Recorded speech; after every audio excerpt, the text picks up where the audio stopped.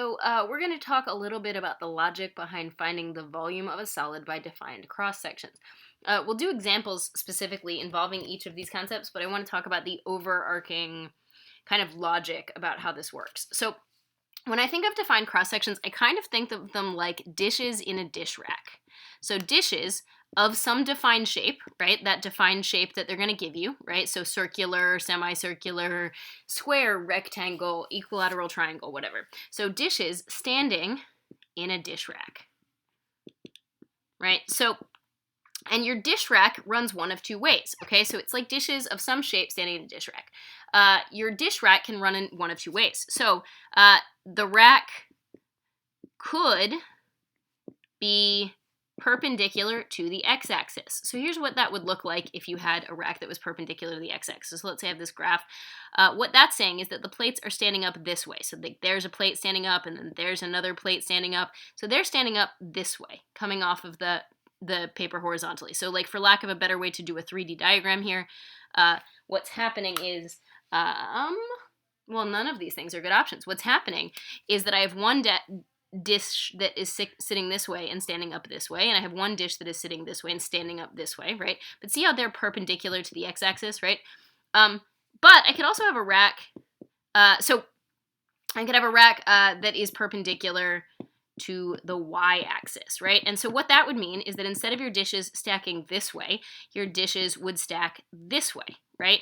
Meaning dish, dish, dish, dish, all standing up out of the board, like standing up coming out of the paper, but they would run this way. So it's really just which way your dish rack is oriented. Either of those is a possibility, right? So they could be standing up this way or standing this way, and that's where we care whether it says perpendicular to the y-axis or perpendicular to the x-axis. So why do we need calculus to do this? Well, the reason we need calc for these problems is because the dishes aren't the same size. So think about it this way. These dishes that you have perpendicular to the x-axis, right? Maybe you have little semicircular dishes, right? But the one right here is a tiny, tiny little plate that you would use for like a child, and the next one that you have is a slightly bigger semicircle that maybe you're using for a bread dish, and then you have a slightly bigger semicircle that you're using for like maybe a dinner plate, and then you have a slightly bigger semicircle that you're using for like actual serving of a turkey or something, right? So because the dishes are different sizes, right? So the dishes vary in size. Because that happens, you need calculus to add up all the dishes, right? So that's sort of the logic of how this works. So what you're going to do, right, when you're handed this problem, let me erase some of this information. So when you're handed one of these problems, what you need to do is, if you're perpendicular to the x-axis, right, so if you have those dishes that look like this, where they stand up this way, right, perpendicular to the x-axis, then you're going to be integrating with respect to x. So then you're going to use dx, right, dx.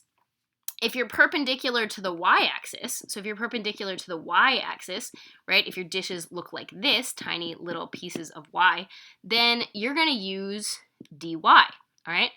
So in both of these cases, essentially, here's what your job. Your job is to find the area of one dish, just one, right? Find the area of one dish, right? One dish that would be sitting in the dish rack, right? So you're going to find that area in terms of whatever variable you're using. So if it's perpendicular to the x-axis, you need to make sure you find your area, your variable in terms of your area rather in terms of x. And if it's perpendicular to the y-axis, you need to find your area in terms of dy. Once you find that area, volume is what happens if you integrate your area formula,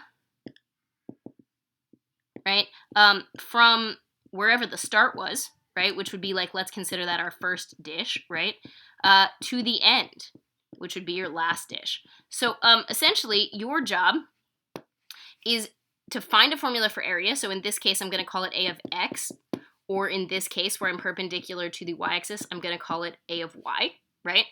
And then my volume, right, is going to be what happens if I integrate from, let's just use A to B as my start values, right, of A of x with respect to x, or if I'm in terms of y, my volume is going to be, and for the y values, I'll just use c and d, but it's the same idea. I'd integrate from c to d of the areas with respect to y. So again, essentially what's happening is you're finding one dish, right, the area of one dish, and then you're adding up all the dishes, but the way we add the dishes in calculus is to use integration to sum them.